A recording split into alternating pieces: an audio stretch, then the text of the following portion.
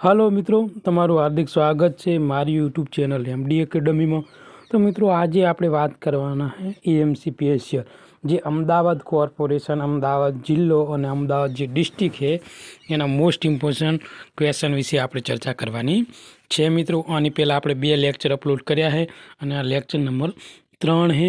જો મિત્રો તમે મારી ચેનલને સબસ્ક્રાઈબ ના કરી હોય તો સબસ્ક્રાઈબ કરી લો અને બાજુમાં આપેલા 2 લાઇકન ઉપર ક્લિક કરી લો, જેથી કરીને આવનારા નવા લેક્ચરની નોટિફિકેશન તમને મળી રહે મિત્રો। તો વધારે સમય ન બગાડતા આજના લેક્ચરની આપણે શરૂઆત કરીએ મિત્રો। તો મિત્રો ગુજરાત ક્લબની સ્થાપના ક્યારે થઈ હતી? તો મિત્રો 1888માં મિત્રો ગુજરાત ક્લબની સ્થાપના થઈ હતી અને મિત્રો આ ક્લબ અમદાવાદમાં આવેલી છે। ઓકે મિત્રો, તો મોસ્ટ ઇમ્પોર્ટન્ટ ક્વેશ્ચન છે મિત્રો, ગુજરાત ક્લબની સ્થાપના ક્યારે થઈ હતી? 1888માં। ઓકે મિત્રો, ગુજરાત ક્લબની સ્થાપના કોણે કરી હતી? તો મિત્રો જે રાવ બહાદુર નગરજી દેસાઈ છે મિત્રો, એના દ્વારા મિત્રો આ જે ગુજરાત ક્લબ છે એની સ્થાપના કરવામાં આવી હતી મિત્રો। આગળ વાત કરીશું તો 1905માં મિત્રો ગુજરાત ક્લબ ક્યાં શિફ્ટ કરવામાં આવી હતી? તો મિત્રો 1905માં ગુજરાત ક્લબરી જે ભદ્રનો કિલ્લો પાસે મિત્રો શિફ્ટ કરવામાં આવી હતી। આની પહેલાં જે ગુજરાત ક્લબ છે મિત્રો એ મિત્રો જે પેલા કોટ તે વિસ્તારમાં હતી મિત્રો। તો મોસ્ટ ઇમ્પોર્ટન્ટ પ્રશ્નો છે મિત્રો ગુજરાત ક્લબને લઈને જે અમદાવાદમાં આવેલી છે, તો તમારે યાદ રાખવાનું। આગળની વાત કરવામાં આવે તો કયા પ્રખ્યાત નેતાએ મિત્રો બ્રિજની રમત રમવા માટે ગુજરાત ક્લબમાં આવ્યા હતા?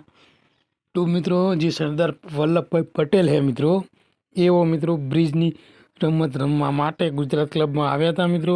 અને મિત્રો અત્યાર હાલ મિત્રો 31 ઓક્ટોબર સરદાર પટેલની જન્મ જયંતિ હતી અને સરદાર પટેલના જન્મદિવસને આપણે મિત્રો રાષ્ટ્રીય એકતા દિવસ તરીકે ઉજવીએ છીએ મિત્રો। તો એ બી તમારા માટે ઇમ્પોર્ટન્ટ થઈ જાય છે મિત્રો। સરદાર પટેલનો જન્મ ક્યાં થયો હતો? નડિયાદના કરમસદમાં। ઓકે મિત્રો, જેને આપણે ભારતના બિસ્માર્ક, લોખંડી પુરુષ અને સરદાર જેવા નામથી ઓળખીએ છીએ। અને અખંડ ભારતના નિર્માણમાં સૌથી મહત્ત્વપૂર્ણ પ્રભુત્વ અને સૌથી મહત્ત્વપૂર્ણ યોગદાન હોય એવા આપણા સરદાર વલ્લભભાઈ પટેલ મિત્રો।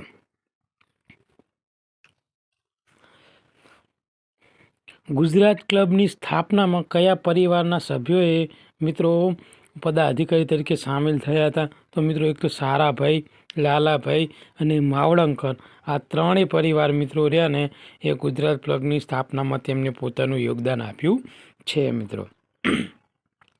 ગુજરાત ક્લબમાં સરદાર પટેલ ગાંધીજીને કઈ સાલમાં મળ્યા હતા?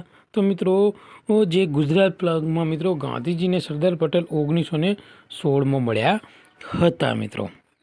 આગળ વાત કરીશું તો કે ગુજરાત ક્લબની ડિઝાઇન કઈ શૈલીમાં છે? તો મિત્રો જે ગુજરાત ક્લબ છે એની ડિઝાઇન આર્ટ ડેકો શૈલીમાં છે મિત્રો। પછીનો ક્વેશ્ચન છે મિત્રો 48મો કે ઓલ્ડ સ્ટોક એક્સચેન્જર બિલ્ડિંગમાં કઈ એસોસિએશનની કામગીરી થતી હતું મિત્રો? તો મિત્રો Ahmedabad stock broker association. Okay મિત્રો, તો યાદ રાખજો, મોસ્ટ ઇમ્પોર્ટન્ટ છે મિત્રો। આગળ વાત કરીશું કે ઓલ્ડ સ્ટોક એક્સચેન્જનું બાંધકામ ક્યારે થયું હતું? તો મિત્રો તેનું બાંધકામ 1919માં કરવામાં આવ્યું હતું। ઓલ્ડ સ્ટોક એક્સચેન્જરનું સ્થળાંતર ક્યાં કરવામાં આવ્યું હતું? તો જે પાંજરાપોળ છે, ક્યાં? પાંજરાપોળ, ત્યાં મિત્રો એનું સ્થળાંતર કરવામાં આવ્યું હતું મિત્રો। ઓલ્ડ સ્ટેક એક્સચેન્જર કયા વર્ષમાં કાર્યરત થયું? તો મિત્રો 1990માં તે કાર્યરત થયું હતું મિત્રો। ઓકે, આગળ વાત કરીશું તો કે ઓલ્ડ સ્ટોક એક્સચેન્જરની બિલ્ડિંગની સામે કઈ જૂની પોળ આવેલી છે? તો જે ઓલ્ડ સ્ટોક એક્સચેન્જર છે મિત્રો એની સામે મુહૂર્તની પોળ આવેલી છે। કઈ? મુહૂર્તની પોળ આવેલી છે મિત્રો। કાંકરિયા ફેસ્ટિવલ કયા સમય દરમિયાન ઉજવવામાં આવે છે? તો મિત્રો કાંકરિયા ફેસ્ટિવલ ક્રિસમસથી નવા વર્ષ સુધી, એટલે 25 ડિસેમ્બરથી લઈ મિત્રો અને 31 ડિસેમ્બર સુધી કાંકરિયા ફેસ્ટિવલનું આયોજન થાય છે મિત્રો। અને કાંકરિયા ફેસ્ટિવલ કઈ ઋતુમાં ઉજવવામાં આવે તો શિયાળામાં આ ફેસ્ટિવલ ઉજવવામાં આવે છે, જેનું આયોજન મિત્રો અમદાવાદ ખાતે થાય છે।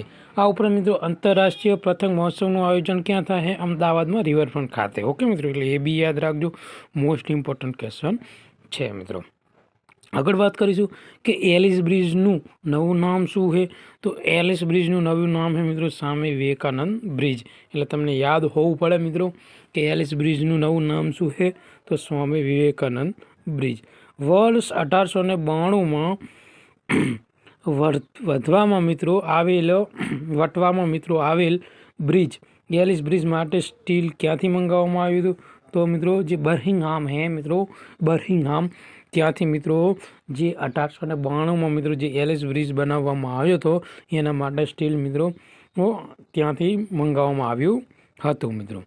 એલિસ બ્રિજનો મિત્રો શિલાન્યાસ ક્યારે કર્યો હતો? તો 19 ડિસેમ્બર 1889ના રોજ મિત્રો એલિસ બ્રિજનો શિલાન્યાસ કરવામાં આવ્યો હતો મિત્રો। એલિસ બ્રિજનું નામ કયા પ્રખ્યાત વ્યક્તિના નામ ઉપરથી રાખવામાં આવ્યું છે મિત્રો? તો મિત્રો જે એલિસ કરીને અંગ્રેજ અધિકારી હતા મિત્રો એના નામ ઉપરથી મિત્રો આ જે બ્રિજ છે તેનું નામ રાખવામાં આવ્યું છે મિત્રો। આગળ વાત કરીશું તો કે અડાલજની વાવના મહત્ત્વ અને સૌંદર્યની યાદમાં મિત્રો કયો મહોત્સવ અથવા કયો ઉત્સવ ઉજવવામાં આવે છે? તો જે અડાલજની વાવ છે મિત્રો એના સૌંદર્યને યાદ રાખવાનું મહત્ત્વને યાદ રાખવા માટે જળ ઉત્સવ ઉજવવામાં આવે છે। કયો ઉત્સવ? જળ ઉત્સવ। જળ ઉત્સવના આયોજન પાછળ કોના પ્રયાસો છે? તો મિત્રો જે બીરવા કુરેશીએ એના પ્રયાસો દ્વારા આ જળ ઉત્સવનું આયોજન કરવામાં આવે છે મિત્રો। ક્યાં? અડાલજની વાવ છે ત્યાં મિત્રો। ઓકે, એની યાદમાં। ઓકે મિત્રો, તો અડાલજની વાવ કોને બંધાઈ હતી?